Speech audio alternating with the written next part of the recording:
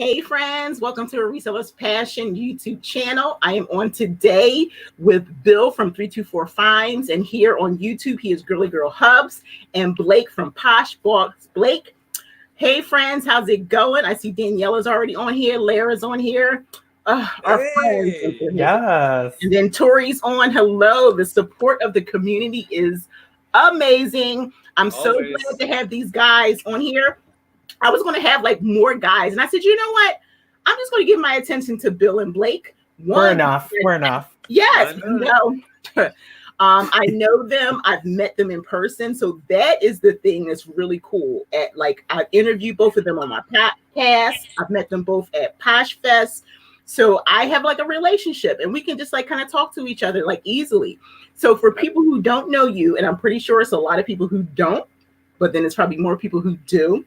But for the most part, they came to see me anyway. Of course they did. Your channel, your show. So for everybody who doesn't know, this handsome guy next to me is my husband, Thomas, better known as Pasha Dude X on the Poshmark app.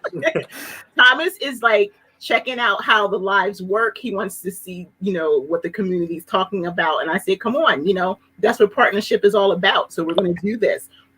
So we're going to get started. I see Blake first. He's right next to me. That's how I see him on the screen. I don't know how everybody else sees him. Yes, Bill's here. Right? Yeah, it's Leslie's here. Yeah. So Blake's used to that from like his Saturday Night Live when it's like you have Laura up here. It's so hard. I never figure it out. Brady Bunch. So it's like really, yeah. So it's almost like the Brady Bunch. Yeah. So Blake, we're going to get started because there's probably people coming on. Yep. As they come on, just tell everybody what your story is, like who you are, a little bit about yourself, where you're from, where you live now, and how you got into reselling. Yeah. So hi everyone, I'm Blake, aka Posh Boss Blake, and I am originally from New York, a bunch of parts like the city as well as upstate, but I'll just say New York. And then I used to work a corporate job, like very traditionally corporate in New York City. Was successful in that way, got a job right after college. It was great. And then I ended up hating my job. So I moved to Los Angeles with a bonus that I had saved and no job and knowing one person. Started my life up here in LA, and it's going on 4.5 years. Very exciting. And in about 2018, June 2018, I had previously downloaded Poshmark, but I had been I had bought a pair of pants that I was like, I'm not going to wear these. I bought them. They're expensive. Let's try to sell them. So I re-downloaded Posh, sold it, made a great profit. And I was like, I could do this more. So then I, started YouTubing and finding people that were doing this and going thrifting, which I didn't know was a thing. And that kind of spiraled into getting active on eBay and Poshmark. And then, 2 years later, I'm Posh Boss Blake and loving it. I'm technically part-time. However, I did recently lose my job. I'm furloughed because of recent events. So I'm just kind of like a anything seller. I'm not saying full-time because I don't have the capacity. Yeah, we talked about that. Yeah. So. Yeah. So tell everybody, because when you were on the podcast, you talked about how you don't want to become a full-time seller. A lot of people aspire to that. So tell everybody why that's not something you really want to do. So actually we did dive into that on the podcast. So when we had gone to Posh Fest, I was doing like research, like who was part-time that went full-time? Where do these people live? What are their expenses? Like which is attached to where they live. And I haven't really found someone that as a single person living in the center of a major city can resell full-time. I don't think it's possible. The amount of stuff I would need to go through on a daily basis is scary. Like what I do on a daily basis is probably what I'm used to doing in a month. Right. And that overwhelms me. I also live in a small studio in West Hollywood, so I don't have more space. I can only have about 200 items, and I'm pretty at capacity. So, I don't think I would like reselling if I went full time. I think I would hate it. We talked about that, and I love the fact that you were very transparent about that, because a lot of people, that is what they aspire to. Like, I want to be full time, but the reality is, as a single person, you probably couldn't do it. And I'm truthful about the fact that I couldn't do it without Thomas. Like a lot of people do say, like, I don't have to do this or whatever. And I would never say that because this is my income and this is our income together. So I would never say, oh, I don't have to do it because my husband makes the most money. And it's okay for people who say that, but it is a true partnership. And I think two people really have to be vested in order to make it work. Or unless you lived at home and you didn't have any other like bills or anything that you had to take care of. Right. So I'm really glad that you're transparent and people can hear that, because not that many, like most of the people who DM me on a daily basis are like, how can I do this? How can I do this? Yeah. I'm like, prepare for life. Don't prepare for going full time. That's a whole other story in itself. Look where we are now, right? Yeah. We're living through a pandemic. So do you have any money saved? If you don't have any money saved now, why are you worried about going? Right. And I think one of the biggest things that I try to drive home present day, especially like recently with circumstances, I really drive home like not to compare yourself, because it's very easy to see someone with a lot of packages, see someone with like great Instagram posts or great YouTube views, but like you don't know the circumstances. If they are coming from two incomes and maybe they don't need to be the breadwinner, they don't have the same drives as someone who has to pay their rent with their reselling money.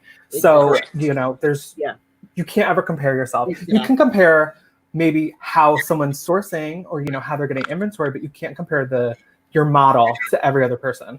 Yeah, I love how you said that. So we're gonna go down to Bill. Hey, Bill. Bill is usually another half is like Tori for those who don't know him. And when he's on, over there, yeah, she's over there somewhere. She's scrolling through, talking to the community here. So Bill, tell everyone who you are, a little bit about yourself, where you live, and maybe where you come from, and how did you get into reselling? And again, I know your story because you were on the podcast, but not everybody listens. Some people are more visual, so.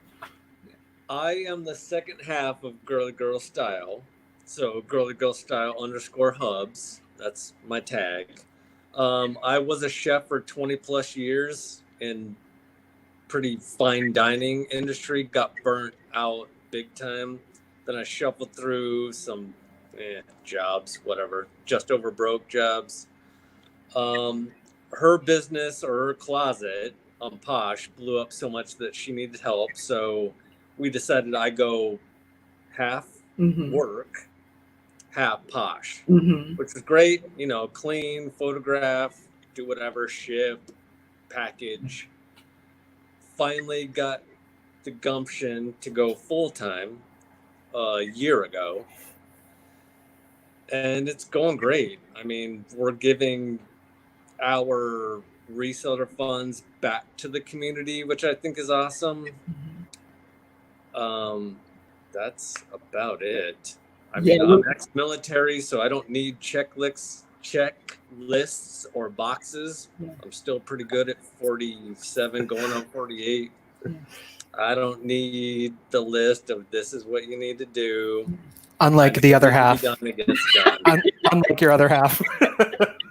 Unlike my other half, who needs all kinds of spreadsheets and boxes. Yeah, everyone's different. So but that's what the partnership is, right? So you come together and you work together so well, because Thomas and I are like so different in a lot of ways, but then we're so much alike in so many ways. What? How dare you say that, sweetie? Anyway,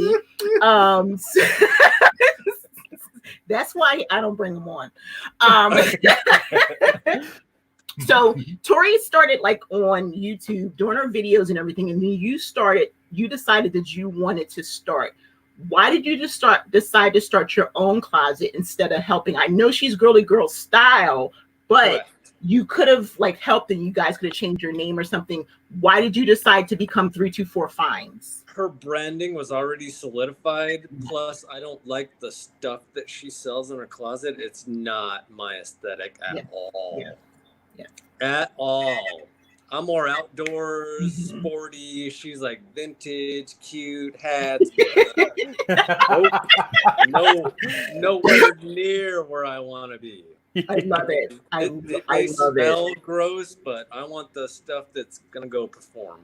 Oh my gosh! But that's our aesthetic. That's our aesthetic too. Yeah. Yeah. Yeah, it's definitely our aesthetic, because when he first started, of course, well, when I first met him, he was selling on Amazon and eBay. So oftentimes we relate eBay as just kind of like everyday stuff.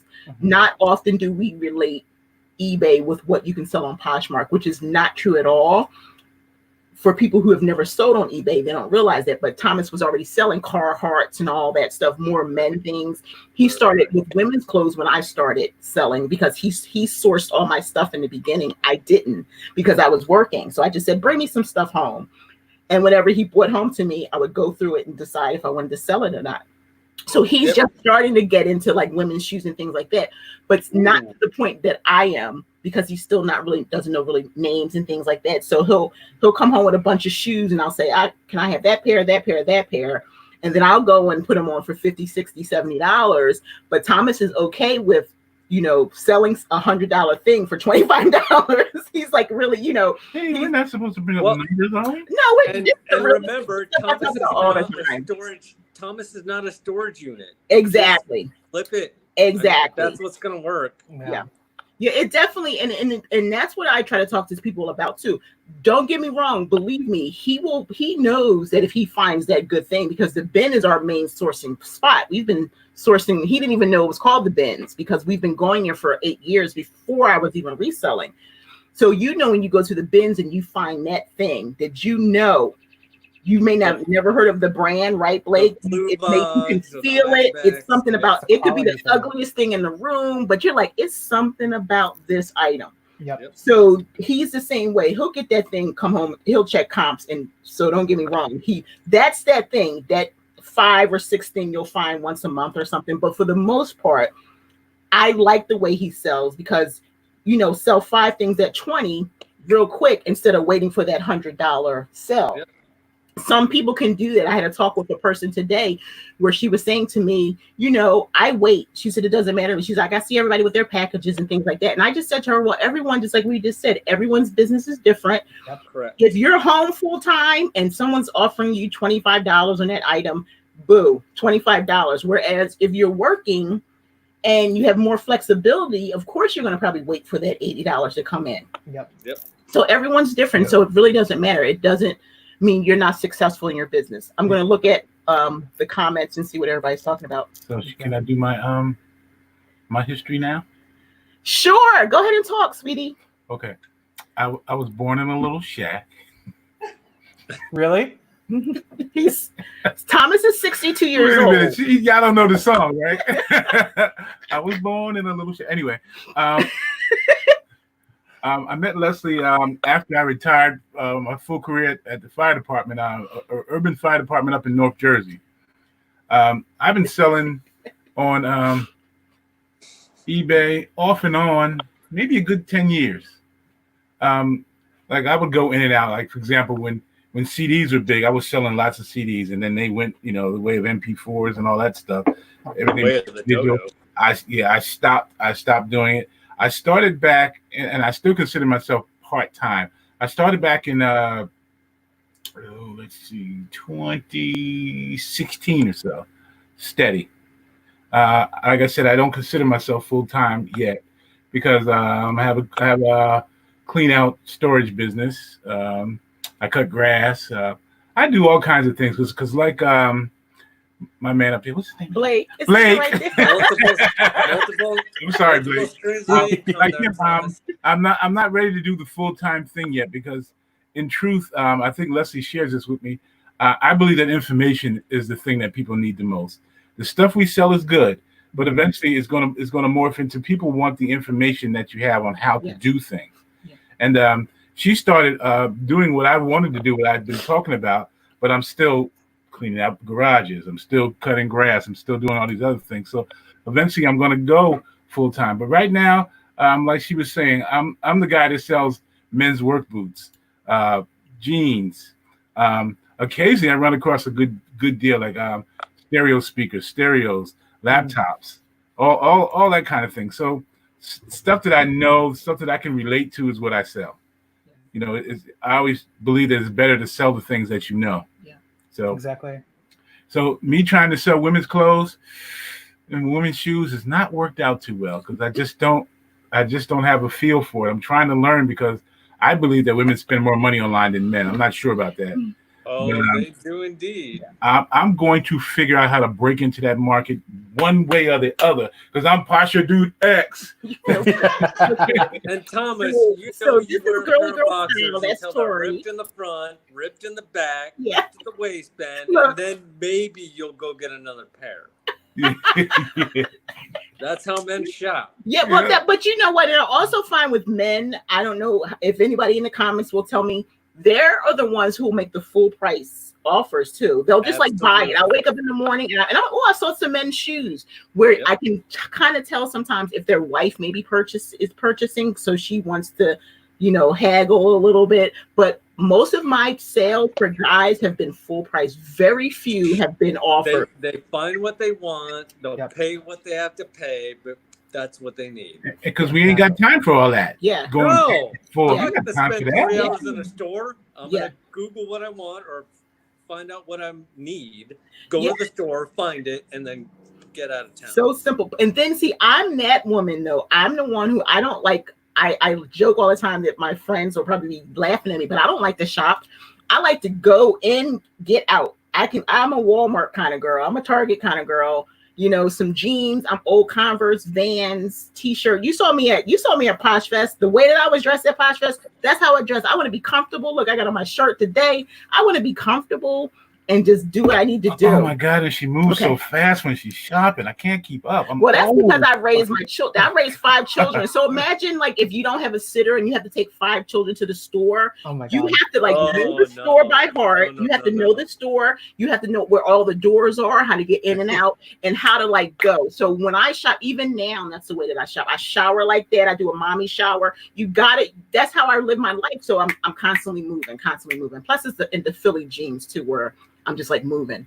So that girly girl styles Tori, she said she would not like reselling if she was full-time. I need 20 plates in the air. I'm with you, Tori. Same. I'm full-time, but I'm not a full-time reseller. And that's what I tell people also. So who do we have? So we have Brick Road Co. Hey, Mandy. I just interviewed Mandy yesterday. She's my new friend. Daniela, that's my girl. Of course, we have Tori. We have Lara here. I see Blake popped into the comments. We have Maria. Oh, Maria. New England Betty Boop. That's Lizette. Hey, Lizette. Hey, Jacob. So I just wanted to say hi to some of my friends. Okay, Karen, Carrie Cam. Hello, Restyle Secrets. Hello, everyone. Tori, wait, I'm gonna click on this because Bill is probably aware of that. I will spend hours in a store. I'm the one who goes to the clearance rack in the grocery store. Ha ha ha. Let me tell you, the food is probably the only way that I shop more than anything else because you got to get a deal like when you have 5 kids, right? Okay, so let me talk to you a little bit more, Blake, about being home. Yeah. How does it feel being home full time now? So, although I am home, it is not it is my home, but it's not home. I'm alone. I haven't had human contact, like hugging or anything, for 7 weeks. Wow. It is very lonely. I also have very limited space, so I do get stir crazy, and I'm fortunate to live in a place where it's nicer, so I can at least step outside or go walk to the post office to take a package or something, because I would lose my mind. I've entertained driving across country to go back home and staying for at least a month because I'm not working. But it would take me away from my inventory. I could put my family at harm, and I don't think I can actually stay at a hotel that's open across the country. So it's just it's getting to me. But here's a perfect example why I don't mind being home, because the grocery store that I go to right near my apartment today just confirmed that they have 16 employees with confirmed positive results for, I'm not saying the word, but for what's going on. For the thing? For the thing. So I'm like, okay, I'm not going to that grocery store no more. And I'll just stay inside today. Yeah. Yeah, I just heard, I don't know if Daniela heard that, Daniela and Maria, I did hear that they closed down a Walmart in Massachusetts because 23 confirmed cases there. So What'd you say, Bill? Do you have like 800 square feet, or is it more? For an apartment? Yeah. I have 275 square feet. Wow. Are you kidding me? Oh, No, I I would go like 8. people really don't understand like how Yeah. little space I have. Yeah. And it's normally fine. Like I live minimally, but like Yeah. how I live is not meant to be lived in Right. No. like this. Like to be in all the time. Like it was good when you were going to work, you know, you spent a And lot I'm of time active. at work, Like I've got you know. 20 things going Yeah. on. But it is, I don't think people understand the reality of it. No. So it's not fun. Good on you. So what's going on your end, Bill? Like, how are you and Tori keeping entertained? Are you going out for walks and things like that? And Well, we have Lily, so Yeah. she goes out at least 6 times a day, so that's great. We just walk around a couple blocks, mainly me. you, huh? Grocery store runs are always me. Plus, we have the family with the little ones, so I go out for them as well. Kind of DoorDashy, but Okay. family. We live downtown, and we can't go downtown because nothing's open, which stinks. That By is heaven. so odd. Ugh. Sometimes I walk down 20 minutes to the post office just to get some fresh air, but mainly I drive up like 5 minutes and just drop it off and come back. We're good. I mean, we've been doing this since November, Okay. so we haven't changed much. We're super cocooners, so we don't like going out in public because people kind of stink. Well, maybe it's because you're in Spokane. Yeah, because you so like now let's talk about that since Blake said that. What so how has the transition been from moving from Seattle to the Spokane area? Aside from everything that's going on when you originally got there, because you already had a group of friends, was the transition challenging? And does it feel weird because now you're in Spokane and probably don't know as many people? I'm not really sure. No, it was a pretty slick transition. Okay. Transition because we've been here before just to see the godchildren, so we knew kind of the layout of the area. Plus, Tori has been at her previous job here multiple times, so she knew what was going on. The air's clean. We've got mountains. We've got trees. Of course, we don't have any people to see, but Can you go hiking? yes, and fishing and golfing as of May 5th. They're opening up, kind of semi-opening up. Oh, like the public. Yeah. No, it's been awesome. We're looking for a house right now, which is great because we want to be outside more. The whole elevator thing, we live on the 11th floor of a 13-floor apartment, so it kind of makes it a bit challenging, but masks, the resellers helping resellers, it's keeping us busy. Yeah, we're going to get to that because I really love what's going on there because Lara's here. Hey, Flipping Gals. Hey, Wendy. Hey, Victoria. All the people who are joining, I appreciate you so much. This is my husband, Thomas, Parachute X, for those who are just joining. It's like, yes, I wasn't lying when I said he was a little mental. Hey, Victoria. So Daniela says our house is 1,800 square feet. But as far as that goes, do any of you guys ever watch online on YouTube small houses, the people that live in trailers? The economy is forcing people to do that. Trailers, living in their vans, really tiny houses, and I know because I had a big house at one time in former life. It's a lot of work. I had a full acre. It is so much freaking work, and downsizing is going to be a part of our life. But I want property too because I at heart I'm a country kid at heart. Yeah. So I want some land behind me so I can walk outside and not have to worry about dealing with anybody. But yeah, small house that may be a necessity for a lot of us. Yeah, there are a lot of people who are going on, have RVs. I was talking with Posh and Coffee a couple weeks ago, where there's a couple and they live in an RV and they actually just got a new RV with a bigger space because I said, how can you live in there? It's just a husband and wife, a dog and a cat, I think. And she says, oh, we just upgraded. And I'm like, Okay. But I guess if you work it out, because soon Thomas and I'll be empty nesters, so we'll see how that is. I would, if I can elaborate, Leslie. Sure. So one of the challenges that I have with my space, current circumstances or not, is that I have a capacity. I have a max capacity of like inventory threshold, because I have a certain amount of closet space dedicated for that. If I let it leak over into personal, stuff's going to come into my space. And something that is challenging is now that we have all this online sourcing, everything comes in boxes and just sits until I can process it in batches, because I don't have racks. I have to hang everything on my shower hook and then steam one by one, do the 10 pictures, fold it, put it away, do measurements, and then put it away, and then keep going in batches. And it's like very frustrating. Have you have you done a video showing your inventory system?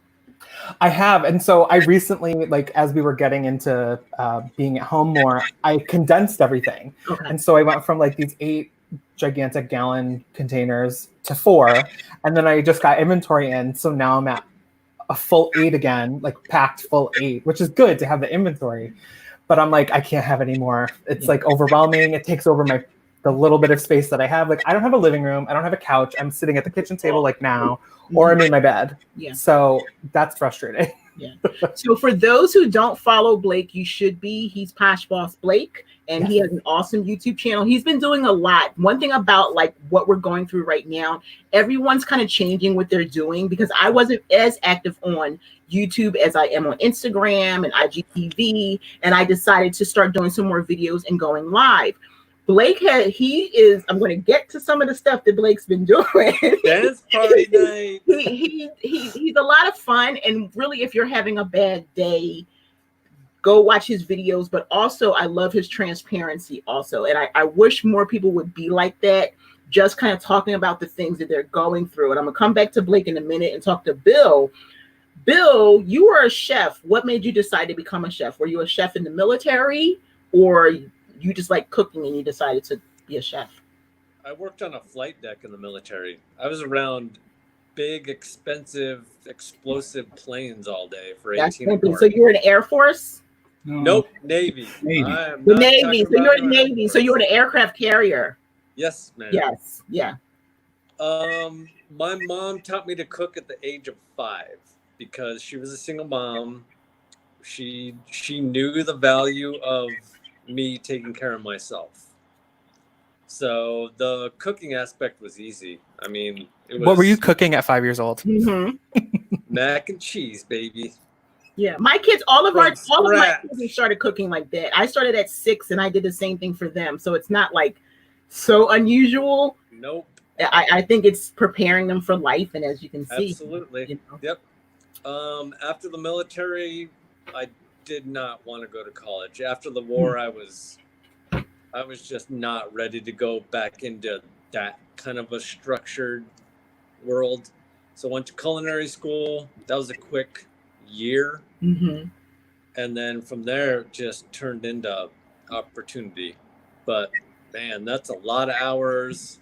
You get married. That's a lot of not seeing your wife. That leads into some conflict. So I decided to leave. Thank goodness. That one. And then, yeah, it just ended up reselling, which was odd because I used to drive her around in Phoenix in a T-top MR2, no AC, 100+ degree weather for a whole day. Oh my God, no. And I was like, I'm missing sports. I'm drenched in sweat, and we have to go to another freaking thrift store. Oh. Which they never have the air conditioning at full capacity. Any thrift store never does. No, but we had to literally sprint from our un-AC car to the store that was still hot as Hades. That's about it. But now, I just go to the bins and wreck it. Cool. So Thomas wants to talk about the bins, right? Yeah, I actually like thrifting because we have a really big thrift store. And you can roll out of there with some $600 or $700 speakers and maybe you pay $10 for. You know how it is to thrift, but ours is extremely large. Plus, we have about 6 or 7 Goodwill retail stores all within 10 miles. So thrifting is easy. But I find that thrifting, especially for me, I've made a lot of good friends at the thrift store. So for a lot of people, I realize, because you look at the people coming in, you can kind of tell who's a bookseller, who's an eBayer, who's a polisher. Absolutely. You can tell, right? Yep. But I've made friends, and I know they'll turn me on to, hey, there's a stereo over there. I'm gonna check that out. Sometimes there's some things that they shouldn't sell. Sometimes laptops come in and you're not supposed to buy them, but you can. And thrifting has become, I guess, for me, kind of like socializing, I guess. And I found myself over the years doing less and less thrifting because I realized I was just buying things just because it's there. Yeah. So this pandemic has made me, and I'm sure Leslie as well, go through our stuff and start looking at the stuff. What are we going to do with it? Are we going to change it? We're going to fix it, because Leslie's doing this thing with fixing some of her jeans and painting them and so forth. And I'm going through my stuff. I'm making more mystery boxes. But I've had so much inventory from all the extra thrifting that we, how many clothes have we given away? Yeah, we've given away probably 10 or 15 big bags of clothes that were just sitting. Yeah. So I like the thrifting, but when they open everything back up, I have to be really disciplined in what I buy. Yeah, I remember. Yeah. Oh, yep. Go ahead, Blake.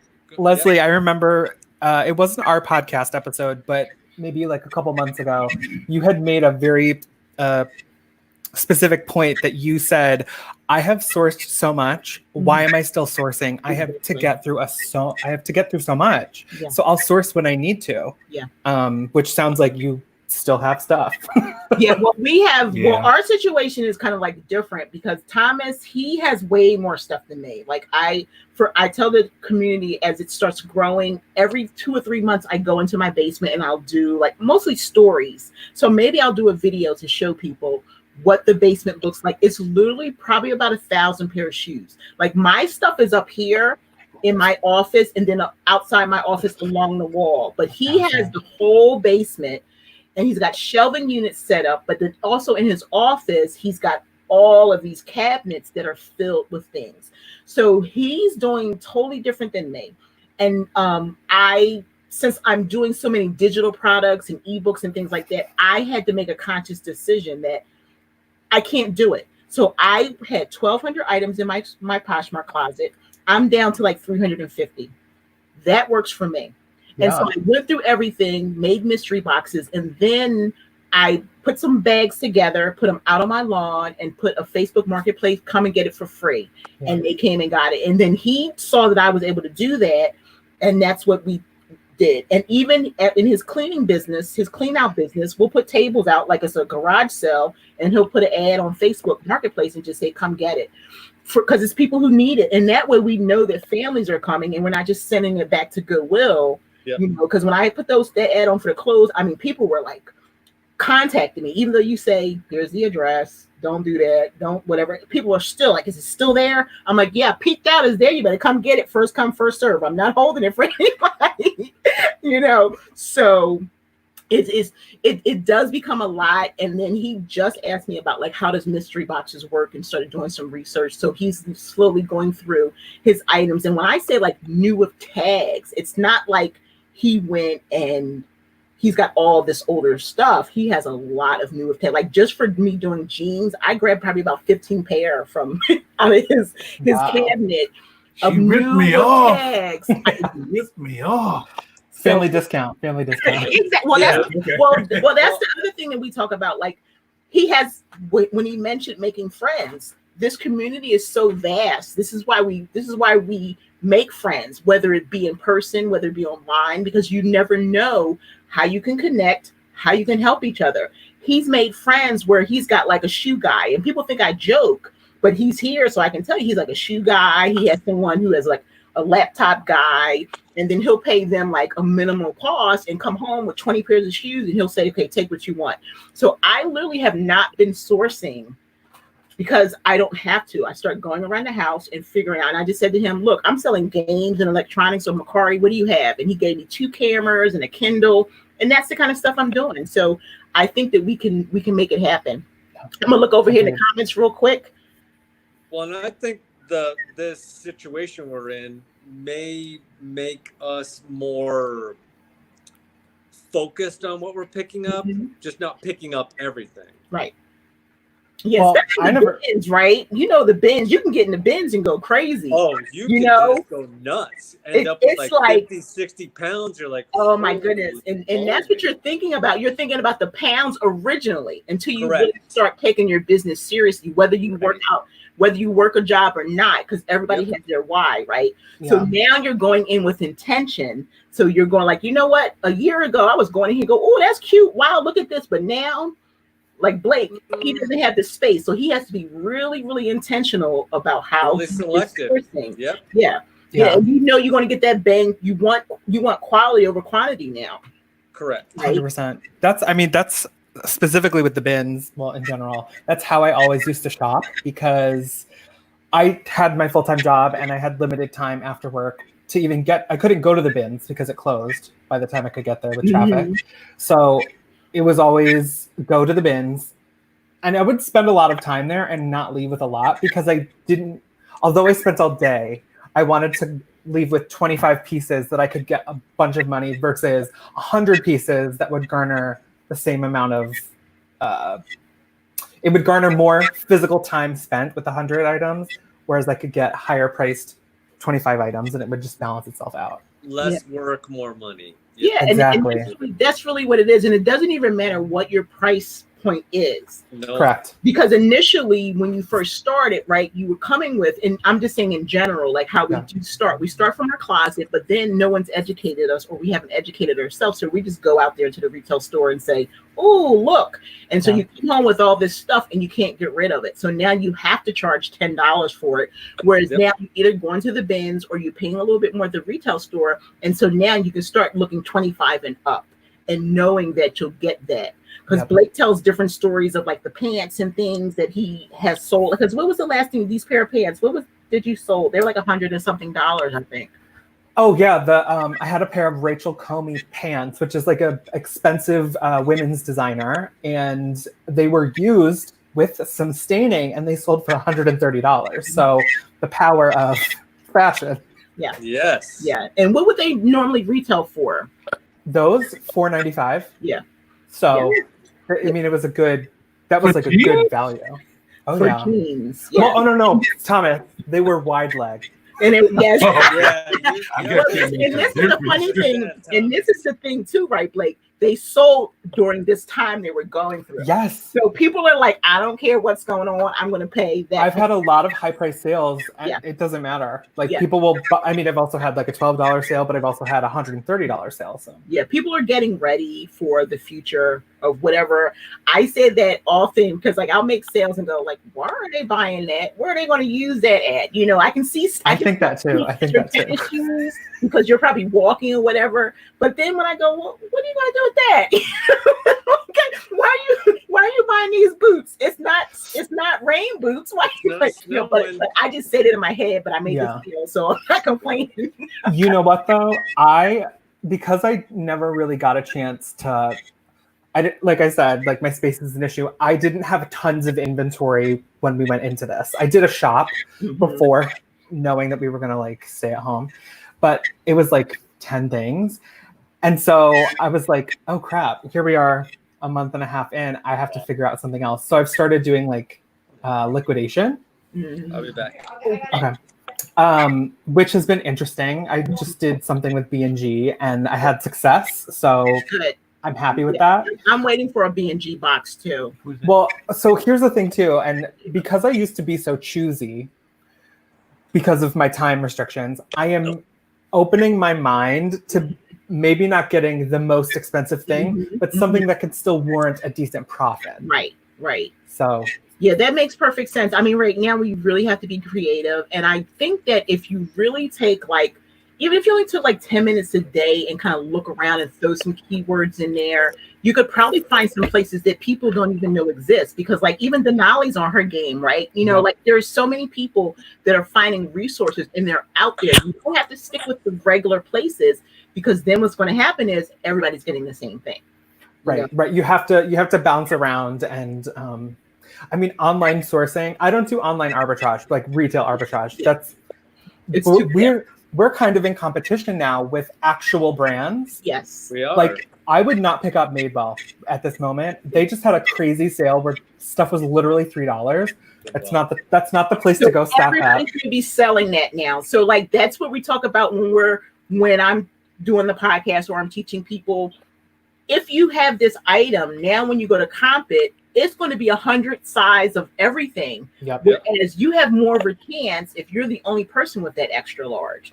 So you can't go in at 50 and everybody else is between 25 and 30. It's just not going to happen for you. So that's what the comp is all about. It's not that, oh, I know it retails at this. No, you have to know what it's like. Right. It's 100 pair out there. So why would somebody come and pay you 50 when they can find that? It would be different if it's 50 size large and you're the only extra large on the block, you know. Right. And your pricing strategy might be different. Like the person who might wait for that, to go back to your analogy earlier, who might wait for that $80 sale versus the quick $25 sale. They're not going to make that sale. Exactly. I'm much more competitive with my pricing now. I'm like, this is 50, that's 45. Okay, I'm going to go in at 39, you know, and then that's my sale. Yep. Just undercut the highest price sold. Exactly. Yeah, Thomas is going to talk. I got to get up. Anyway, go ahead. It's going to be my turn next to get up. Sorry. My philosophy is a little bit different because I have so much stuff. A lot of the stuff I acquired, I acquired for free. And when it is. Yeah. And when I get shoes, they're on average $6 a piece.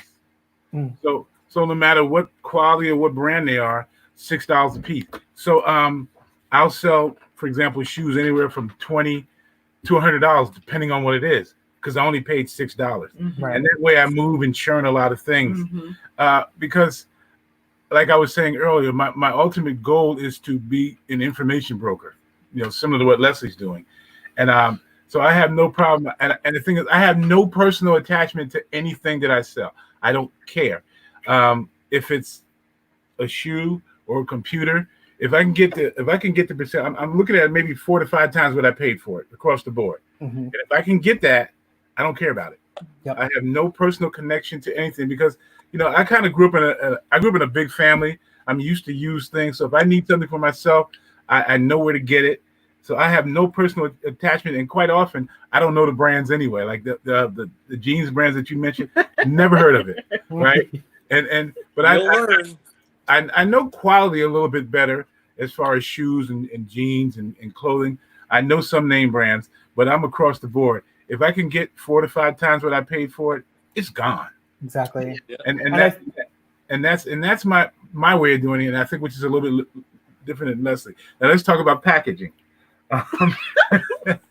Don't even get me started. I will get some stuff in the package any way I can, and I have had 0 complaints about my packaging. It'll be, as long as it's clean and it's folded nicely, it will go. I will stuff it in, push it in, get it in, right? And as long as it gets out in a timely fashion, because I really don't care about it. And the people that buy from me don't seem to care either, because I've gotten no complaints all the years. And some of the things I've done have been just, I think, horrible the way I packed it. But well, Blake was because that's funny how we write with your Posh and Sip that you did. And so many people do say that, oh, like Poshmark is so different, and I think I should. I think it's a beautiful thing. Like, I love the fact that, like, Tori does use the tissue paper, but she doesn't spend a whole lot of money. But so many people get like so involved in it, and I want to open it up and just like, give me my stuff. Like, I keep saying, I've had it happen once, and I'm like, please don't glitter me. I can't do with that. Don't like put all kinds of gift stuff. Like my last order that I ordered something. If no one's sourcing off of Vinted, I would say check it out. Got some cute stuff off of Vinted. I already made money back. Fingernail polish. Like, seriously, you shouldn't be shipping that stuff anyway. But like, I don't want that. I just want what I paid for. there's I mean, the whole idea about Poshmark and, like, you know, it's a present to you that you paid for. Listen, ultimately it's all going into the recycle bin or the garbage, but also like the people that are doing the fanciness, like I'm like, are you making an income from this? Are you trying to? Because No. I'm gonna tell you right now, you need to stop spending so much time on that, and you can get 10 more listings in a day like that. Yep. And then what we talked about, right, Blake? Just USPS free boxes. We got everything's here. Everything you need is here. Like Blake is looking for his stuff. I'm looking for my stuff. It's all right here. Come on, y'all.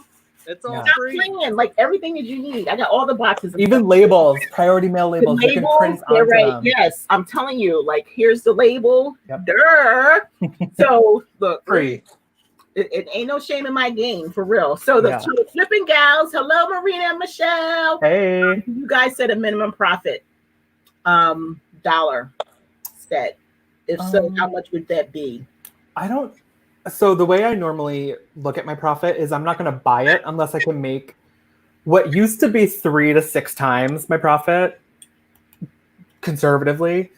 I knock it down to just double now because we're in these circumstances. But I will say this, when you're buying everything, when you were out at a thrift store, I used to track everything by the price of the item. So if I got, this notebook for $5 and this cup for $15, I would try to sell this cup for $35 so I could make, or $45, $55. But the best thing to do is take your items and divide your total by the number of items.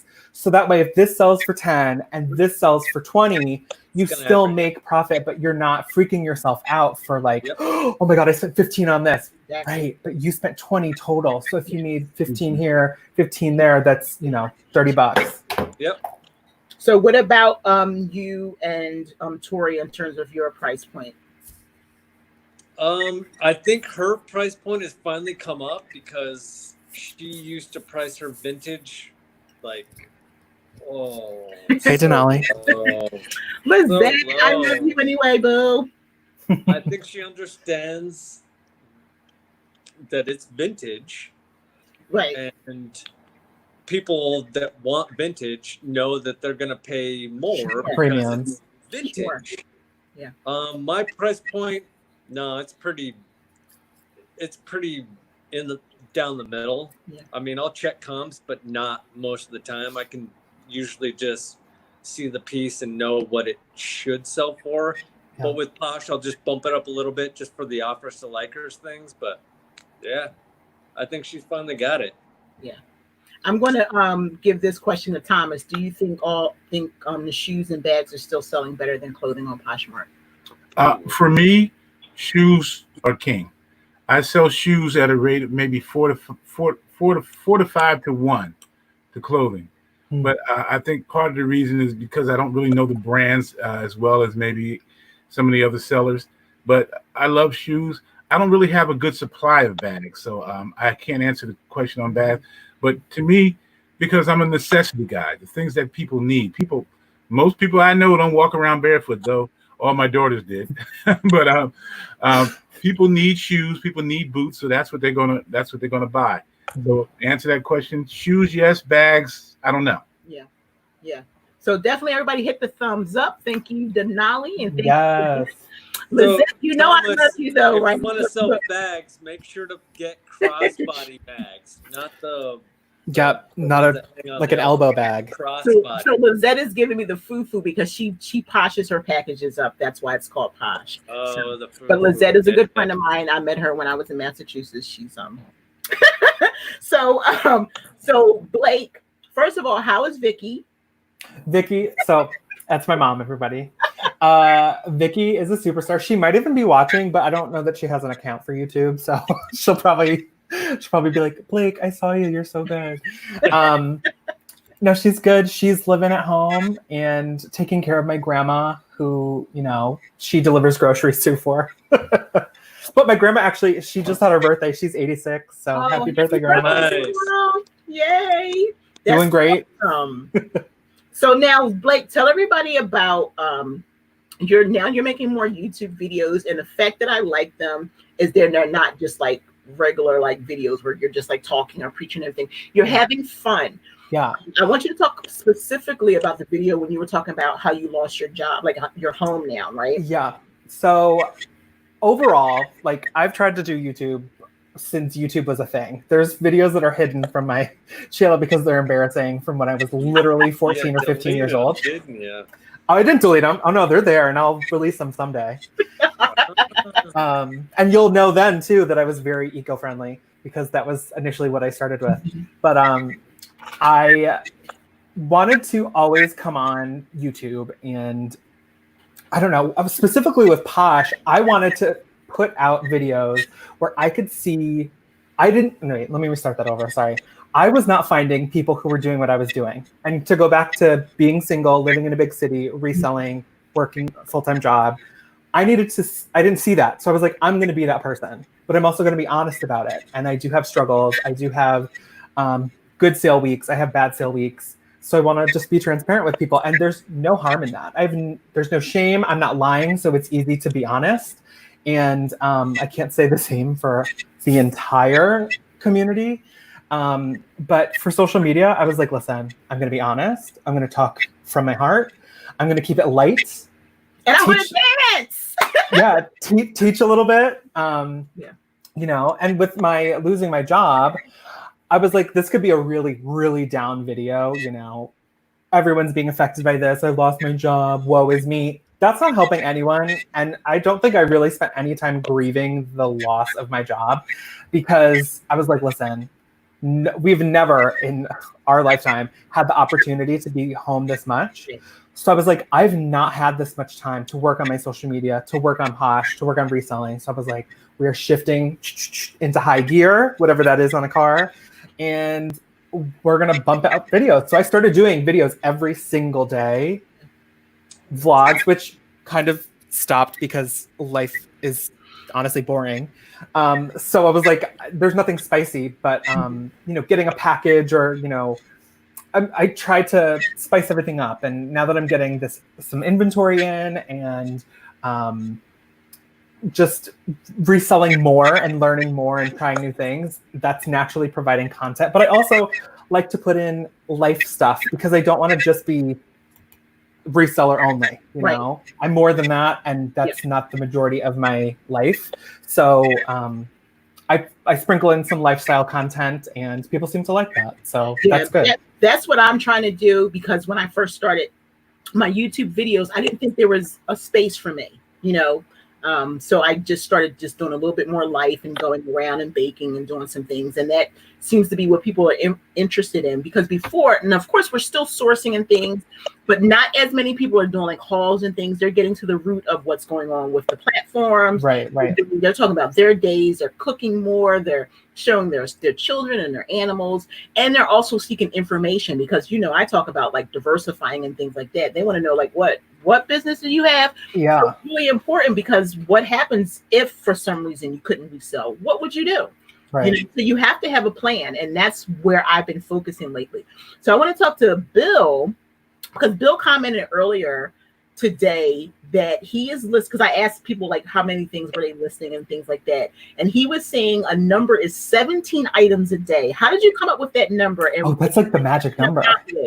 Reliable sources tell me that 17 a day pushes your closet up in the algorithm and you get more action, which for 4 days seems to be gaining some traction. Whether you relist or list, 17 seems to be that magic number. So have you just started, and do you see any traction, or you've been doing it for a couple of days? Started on Monday. Okay. And the sales have been hit or miss, but the activity in the closet has been absolutely tremendous. Like Denali agrees 100%. Who came up with that? Was that you, Denali? And Daniela says reliable sources. Reliable source. Or will not. Because the way it's like hint, and then Daniela says that's interesting. I mean, here's the thing though. Like I had no inventory for 2 weeks, and then all of a sudden I came into like almost 100 pieces. So I was like, space-wise, I got to get this all done. You can only draft so much on Poshmark. I do use I use Vendu. So I like to upload into Posh first and then import into Vendu. It's just my process. I like that. So you can only draft up to 15. So I was like, no. I guess we have to lift some, draft some. I can't do the 17 a day. That's not realistic for me, but. So Thomas, how do you feel? Like, what happens when you don't list? My sales are directly dependent upon how much I share and follow, especially Poshmark. If I go a couple days without sharing, following, blah, blah, blah, I get no sales. As soon as I start doing it, I get sales. Yep. It's just that simple. But another thing I want to talk about, what are you guys doing that, during this time of, everybody being stuck in the house? Are you learning anything new? Because what I've started doing is I started watching videos on small engine repair. So I got a couple of machines out there. I'm ready to start messing with machines. I started doing these little things with cactuses that I gave everyone as an apology because I was bad. And he said he was bad. I was bad, and I had to. And it was so I'm trying to learn new things so that when this is over, I have. Yeah. My is coming up. Is it a succulent? It's a succulent. It looks like it. He saw it for how much somewhere? Like $20 somewhere. And he made it for $5. So yeah. Where'd you get them? From your garden?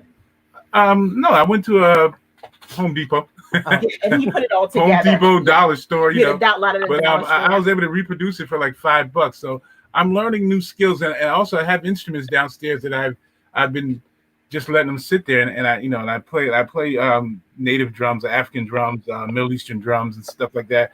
And so I'm starting to do that. So now is the time for us to start learning how to do different things rather than just what we're used to doing. Because I know so many people complaining about, oh, I'm just so bored, blah, blah, blah. So learn to do something new. Yeah. And also learn how to flip your sales pages on your sites and do something a little bit different. Yeah. Because you got the time. Yeah. Can you tell that we're married? We didn't rehearse this. No. So for people who just joined us, we're going to end soon. If Blake and Bill don't mind hanging in for a few minutes, I have a couple more questions and then we're going to do a quick game. But for those who are just joining us, starting next Tuesday, May 5th at 8 p.m., Thomas and I will be going live every Tuesday. Look. That could be the X-Men too, Marvel. Could be. But, that's not Marvel. X-Men's not Marvel. What's that? Yeah, Marvel. Okay. It is. But we'll be going live every Tuesday here on my channel, and I'm calling it Tucker Talks. And next week is just going to be a question and answer series. So if you have a question you want to ask us, DM me on Instagram, a Reseller's Passion. And then after that, we're just going to figure out every week marriage, children, some business stuff. Thomas is a little bit older than me, so he has a little bit more experience in some different areas. For you don't know, he's a retired firefighter. He was in the Air Force. We've only been together 8.5 years, y'all. So he had a lot of life before I met him. I had a lot of life before he met me. So and we got a lot of kids. And we have a lot of children. Yes, indeedy. 5 and 5 for those who don't know. Hey, Quimby, thanks for stopping in. Quimby is the great queen. Denali's here. Mandy's here. Nora's here. Leslie, there was a good question about VAs, if anyone uses a VA. I personally do not.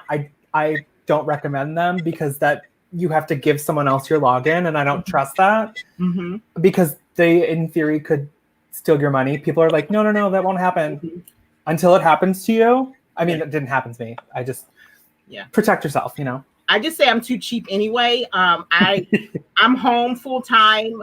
I think if people who work outside the home, I think anybody, whatever works for your business model, that's really what it is. It's no judgment or anything like that. But Thomas and I, we're very frugal, and I'm home, so I will make it work. People think I'm so busy, but it's all about calendaring and scheduling. To me, it doesn't take anything to share my closet. Honestly, you're watching TV. I'm watching the British Mystery after I talk to you guys.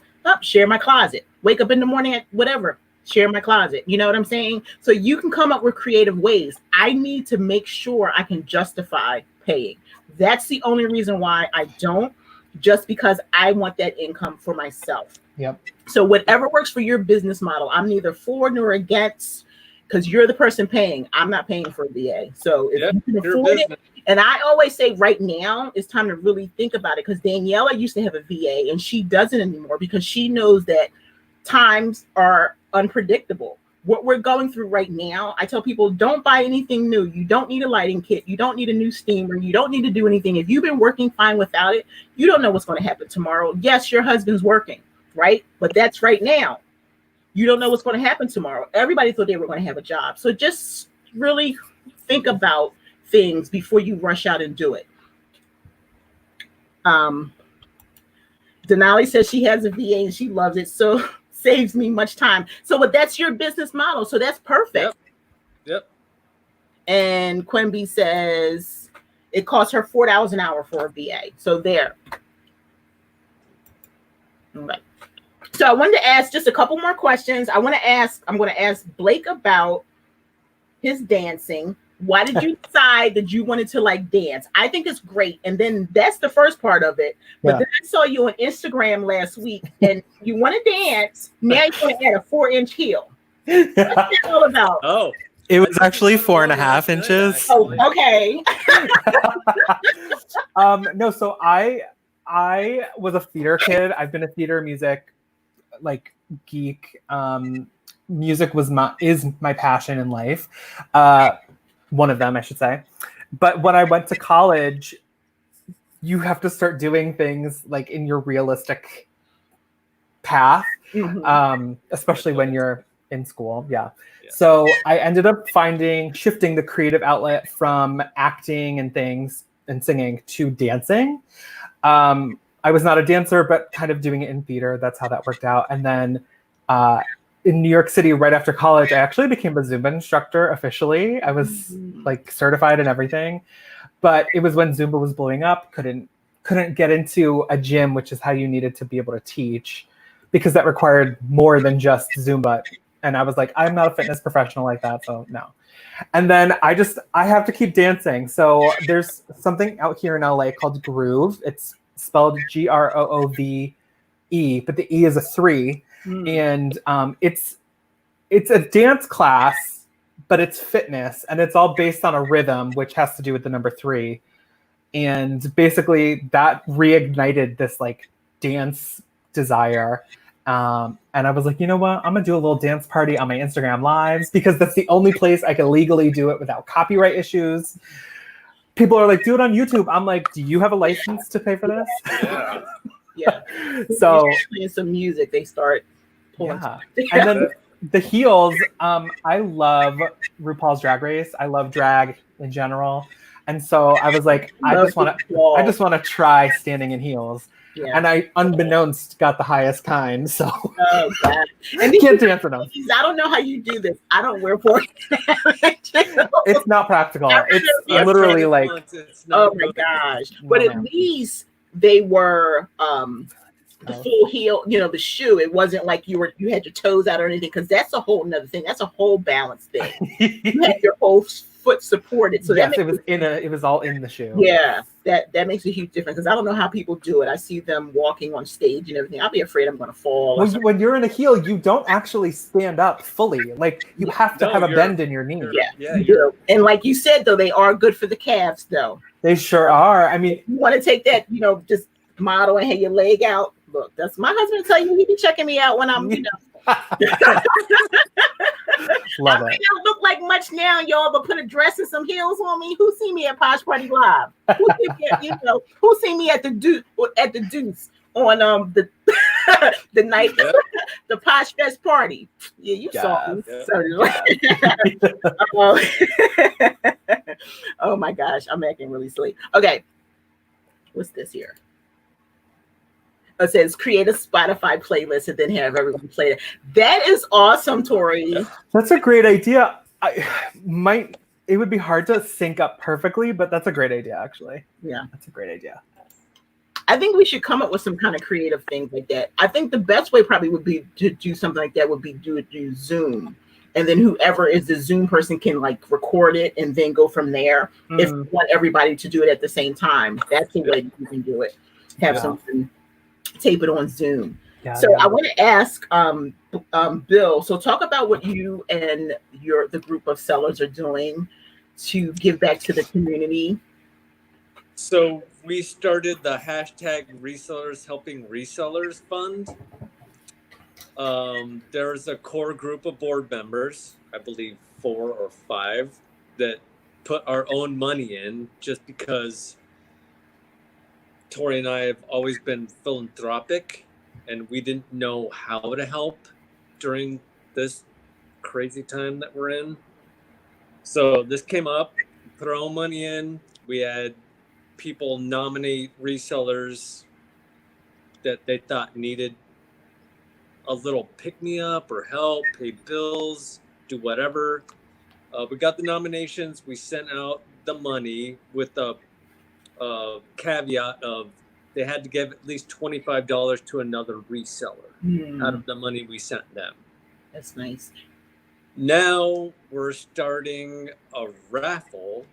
The board's going to meet on Saturday. We're going to hash out all the details about this, but we have some gigantic names in the reselling community giving their time and or wares, including you, Leslie. Thank you very much. Appreciate it. We've got Nicole State for an hour video coaching. Nice. The Flipping Gals are going to do a brand consulting package. Nice. Sarah Styles is going to give away her dashboard. That is some good stuff right there. Mogi Beth's going to do mystery boxes. Amber Resale is going to do, I believe, $100 shopping spree on any platform. Wow. Daniela, thank you very much. $25 Amazon gift card and a 30-minute consultation. So, and there's a ton more. We have a boatload of people that just like kind of came together for this thing. So it's going to be pretty exciting. I think we're probably going to hash it out and maybe launch it on Sunday or Monday. But the board meeting is Saturday. I think it's amazing. Yeah, so we have a couple people here, like the Flipping Gals, there they are. And then Yella. Yes, I think what you're doing is amazing. And I'm happy to contribute in any way that I can. This community is awesome. Oh my goodness. So once you start going, we're all going to just like send out major stories and everything so that we can get this thing going. Okay. Yeah. So the last thing I wanted to do, I know Blake loves games. It's like very simple. Do you guys have paper?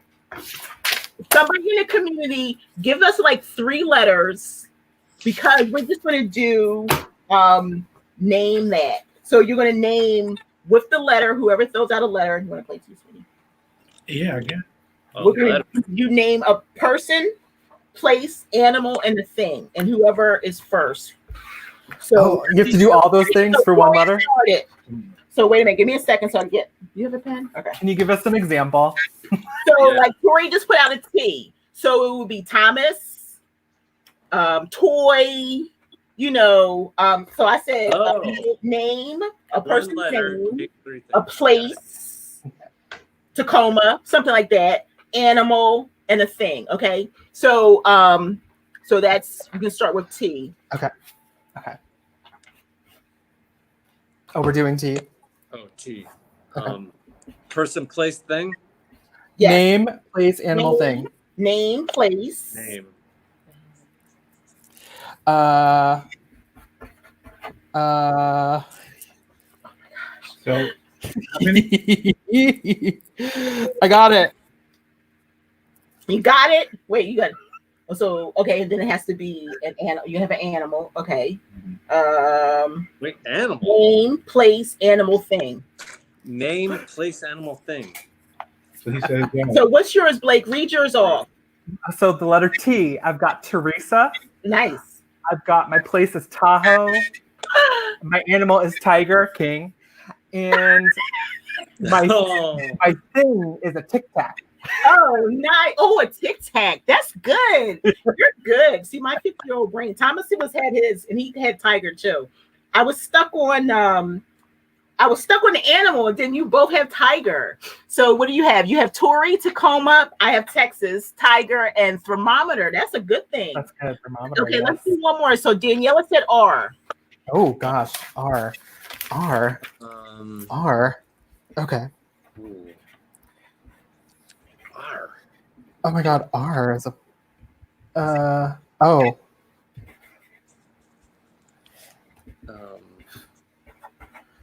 My spelling is horrible. Oh my God. A thing. A thing with an R. I got it. I love games. Okay. Wait. So when I say a place, that is you say. So you have Renee, Reno, Rabbit, and Rotary Tool. Bill. So mine might not like. I don't know if my place. I did Rachel, Ranch, Rhinoceros, and Radio. Ooh, Oh, that's good. I said Rhino as well. Mine is Richard, Raleigh, Rhino, and Ring. Raleigh. I can't even think. Like, look, that's where we're moving. It didn't come to my head. Nice job, Isn't Blake. that like so crazy? How? See, that was just a cute little thing. It wasn't like. Wait, can we do one more? Can we do one more? So Thomas has Robert. What's this right here? That's Rihanna. That's 2 names. Oh, he did. Rihanna. So he did Robert, Rihanna, Richmond, Reagent. Reagent, and Rhino. Okay, so let's do somebody else. M. Christy said M. M. Oh my gosh. Okay. Blake, I love. Look at Blake. He's like, I'm being funny with it. It's person, place, thing, and animal. what was the fourth one? Well, so it's name, place, animal, thing. Ooh. Thing. I'm being funny. Okay. What do you have? Like Blake is being. I love it. So for my name, it's Mother Teresa. Okay. My place is Montana. Okay. My animal is a marsupial. Okay. And my thing is a mariachi band. Nice. Oh. Yeah. Wow, Blake. What do you have, Bill? So you have Maria, Martha's Vineyard, Marmot, and measuring tape. Oh, good. Those are good. Go ahead, Thomas. All right. I had Mike or Michelle. I had Mouse, Michigan, and Motorcycle. Yes. Oh, I changed mine just because he had the same 2 names. So I'm going to go with Marianne, Milwaukee, Mouse, and Makeup. Milwaukee, Makeup. Oh.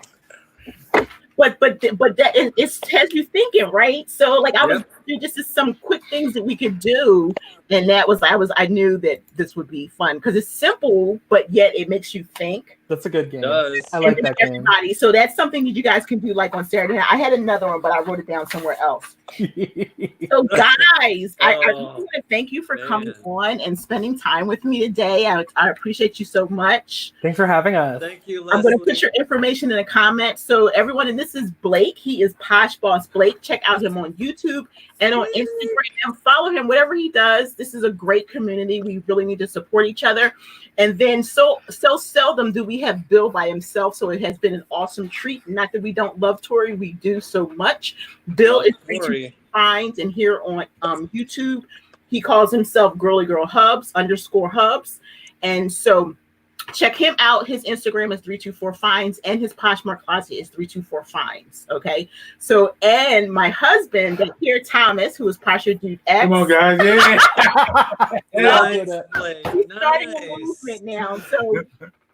So every Tuesday, starting this Tuesday, May 5th at 8 p.m. Eastern Standard Time, Thomas and I will be going live with Tucker Talks. We'll just do question and answer. So if you have a question you want to answer, you know me very well, but if you want to get to know Thomas a little bit more, send a question and he'll answer it. We'll have fun. This has been a lot of fun. Thomas wants to grow and see how this process is, but also it gives him a chance to see like how vast the community is. We're different, but we're so similar in so many ways. And because of this community, I'm not lonely. I've made great friends, and I call you family as well. So I want to thank everybody for coming on, everybody in the chat. I appreciate you so much. Have a good night and take care, friends. Bye. Bye. See ya.